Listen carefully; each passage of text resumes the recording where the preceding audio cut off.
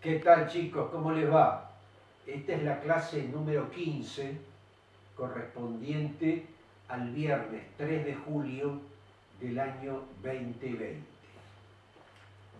Bien, en esta clase vamos a hablar un poquito de la palabra teorema. A ver, ¿qué es un teorema?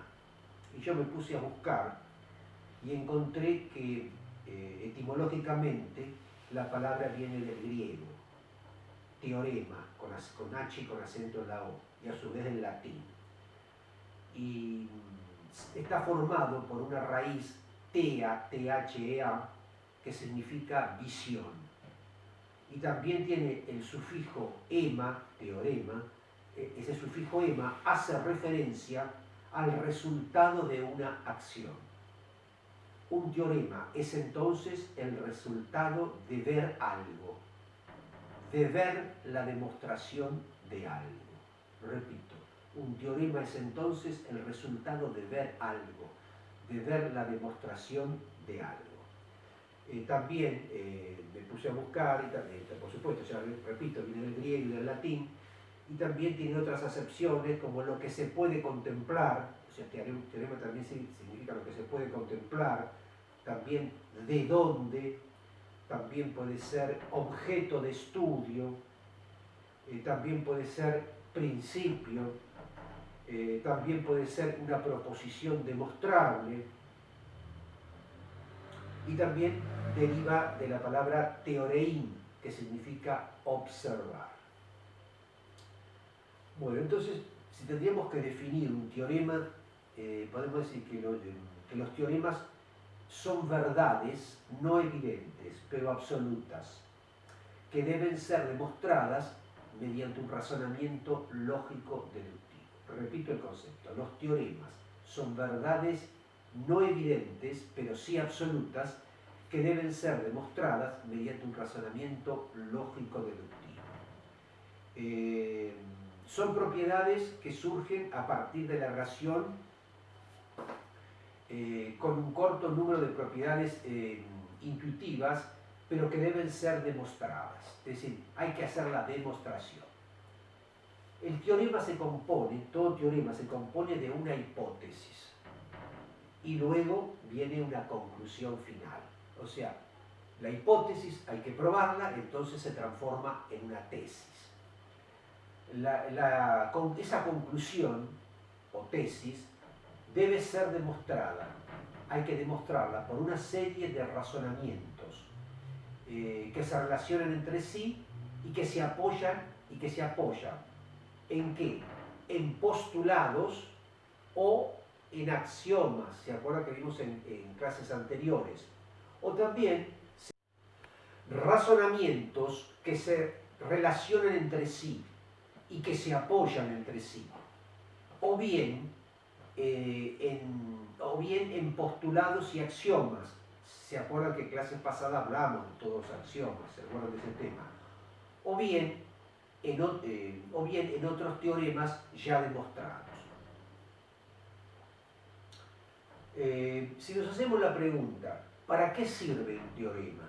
¿Para qué sirve un teorema? Los teoremas tienen una aplicación amplia en el campo de las matemáticas y también en las ciencias prácticas. Por ejemplo, el famoso teorema de Pitágoras, que ahora vamos a ver, el famoso teorema de Pitágoras le sirvió a Galileo Galilei para determinar la medida de algunas montañas lunares. Fíjense qué importancia de la derivación del teorema de Pitágoras.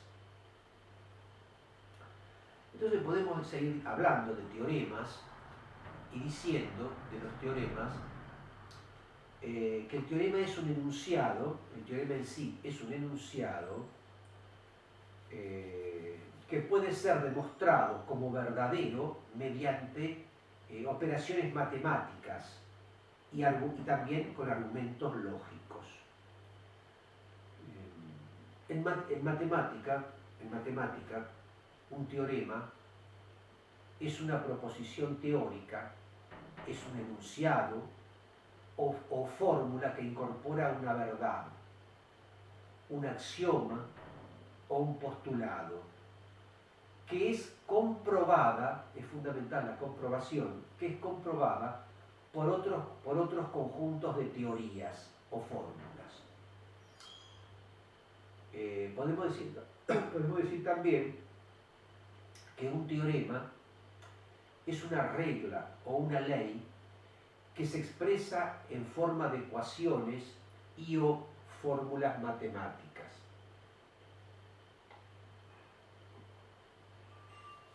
Y o fórmulas matemáticas. Eso es en matemáticas. Ahora, en lógica, un teorema es una proposición deducida por premisas y asunciones de un sistema, siendo ideas o creencias generalmente aceptadas como verdaderas.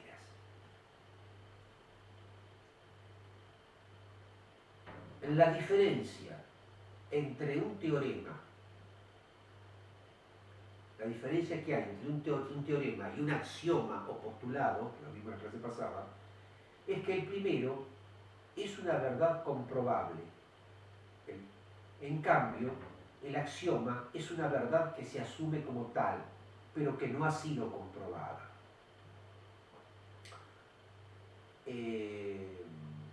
Axioma es un concepto más antiguo que el teorema y sinónimo del concepto moderno postulado, ¿no?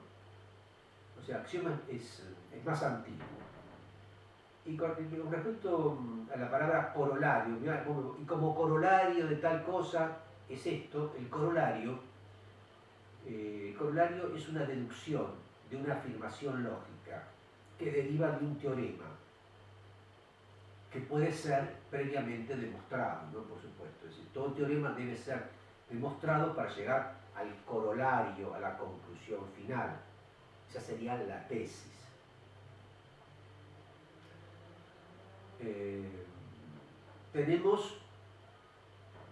Tenemos el teorema de Pitágoras, recién lo mencionamos, ¿no? Tan famoso.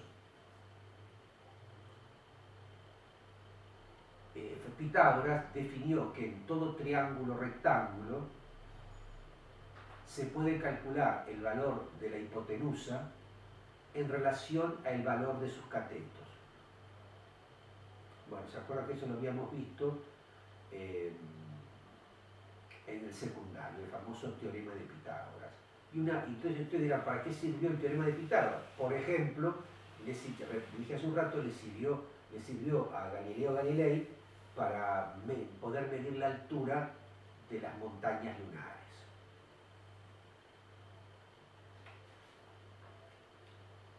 Bien, continuamos.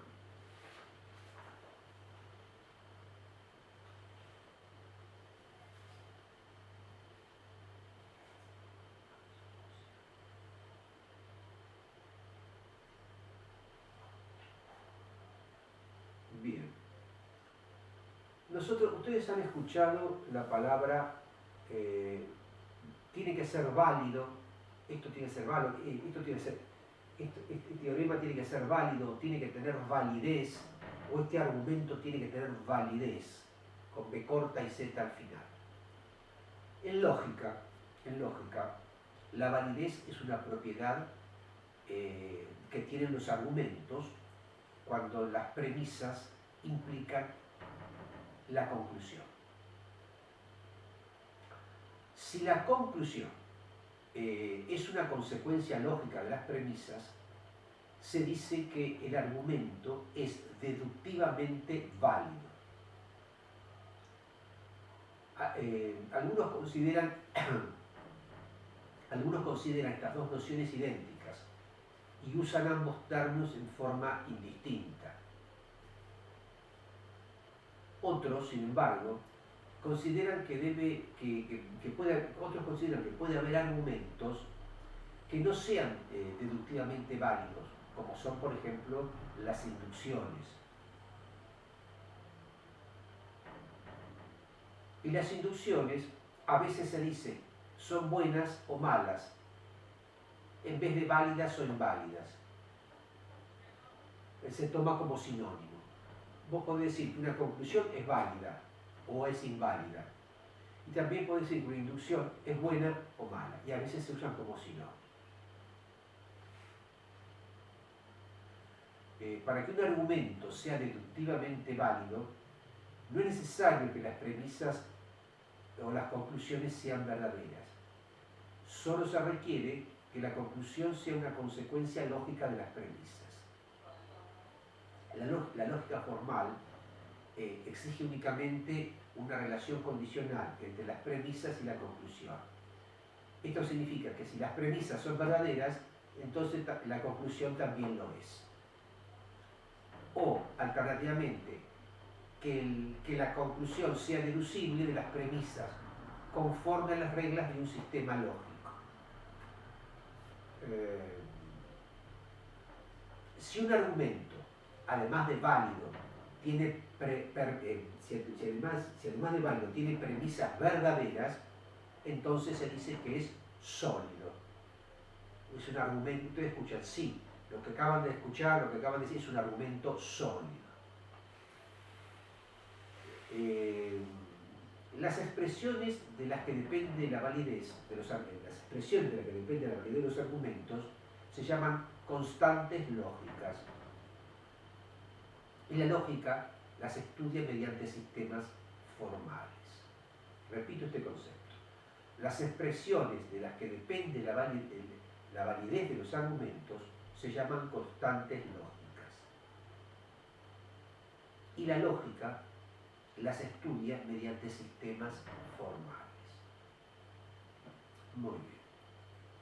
Después hay unos ejemplos matemáticos, yo eso no se los doy, pero como estaba impreso, pero simplemente quiero que saquen el concepto de validez.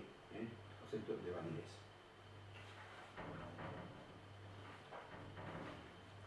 Y yo recién nombré las ciencias formales. Vamos a ver qué podemos decir de las ciencias formales.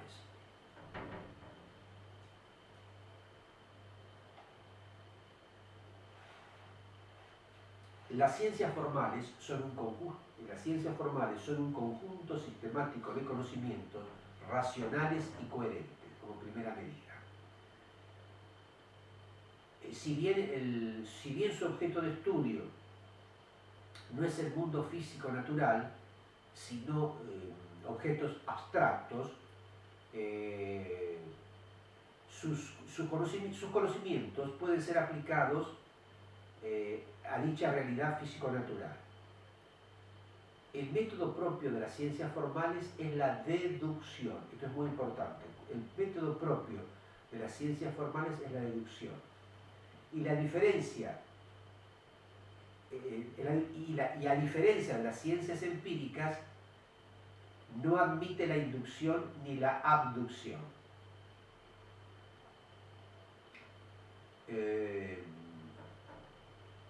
Es aquella, podemos decir que la ciencia formal es aquella que trabaja con formas, es decir, con objetos ideales que existen en la mente y son obtenidos por abstracción. La verdad en las ciencias formales es entendida como verdad lógica, consecuencias que siguen necesariamente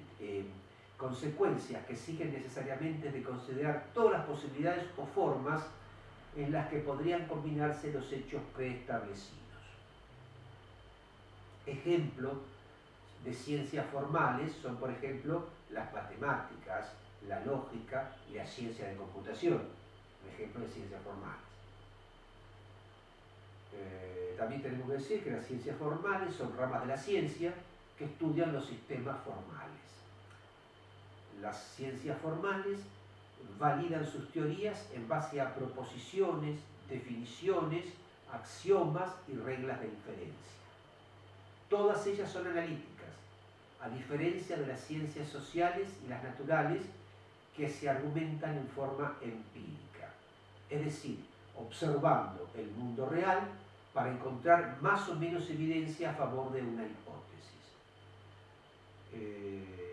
Los conocimientos de la ciencia formal suelen llamarse teoremas. teoremas, que lo estamos hablando desde el principio de teoremas, y a su vez provienen de demostraciones matemáticas.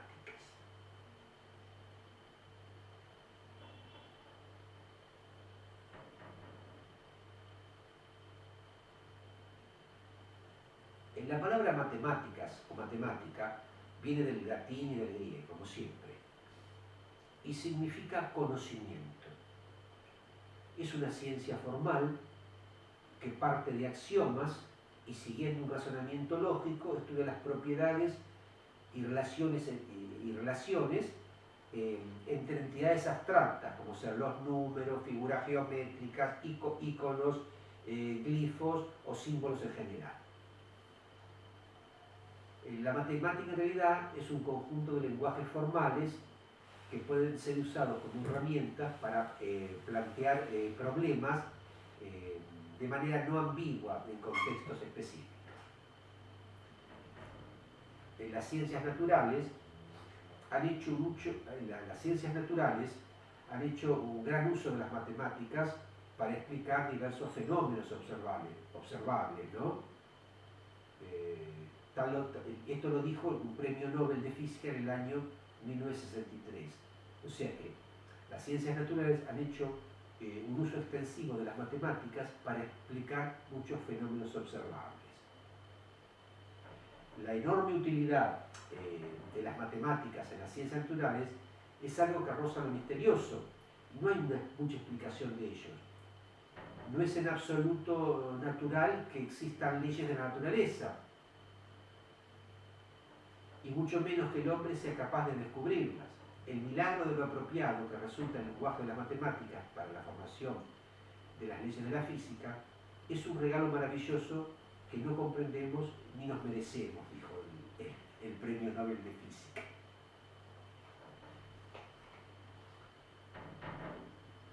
Con respecto a la lógica, tenemos que decir que la lógica también es una ciencia formal, rama de la filosofía, ya lo vimos en clases pasadas.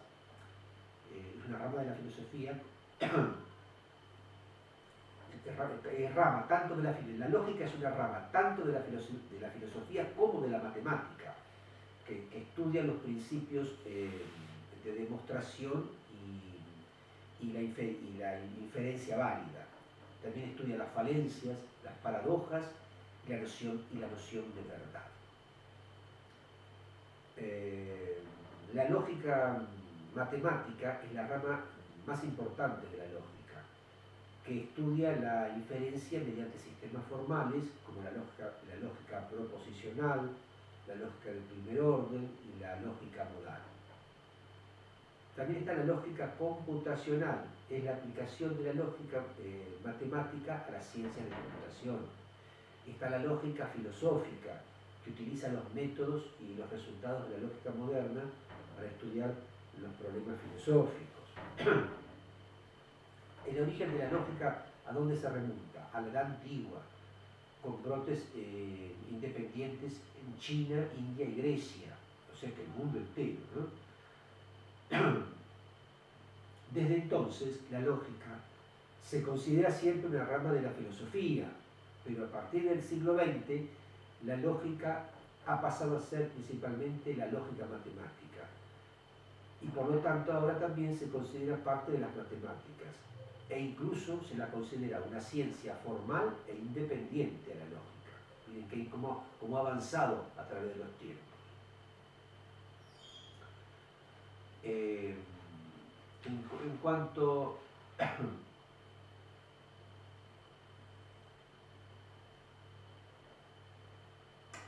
En cuanto a las ciencias de la computación, podemos decir que las ciencias de la computación, las ciencias formales, son las ciencias de la computación o las ciencias de la informática son ciencias formales que abarcan las bases teóricas de la información y de la computación, así también como su aplicación en sistemas computacionales.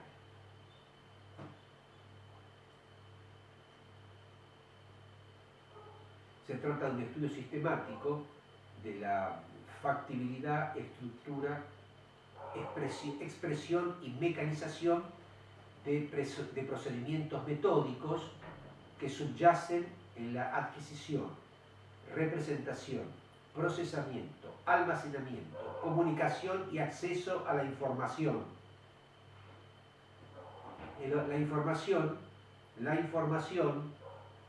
La información puede estar codificada en una memoria de una computadora o con los genes y proteínas de una célula biológica, por ejemplo. O sea que, fíjense cómo la computadora, su uso es universal.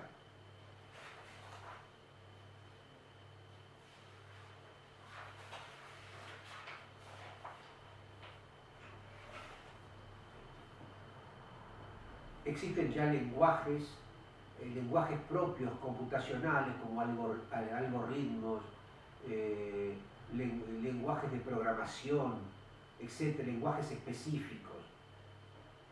Peter Denning, en la cuestión fundamental, según Peter Denning, la cuestión fundamental en la que se basa la ciencia de la computación es que puede ser eficientemente automatizado. Podemos redondear todo esto que acabo de decir en lo siguiente. Las ciencias de la computación, repito, las ciencias de la computación estudian los fundamentos teóricos de la computación y el cómputo, junto con técnicas prácticas para la implementación y aplicación de estos fundamentos teóricos. Bueno, chicos, ha terminado, esta es el fin de la clase número exactamente, clase número 15 del 3 de julio del año 2020. Y será hasta la próxima clase.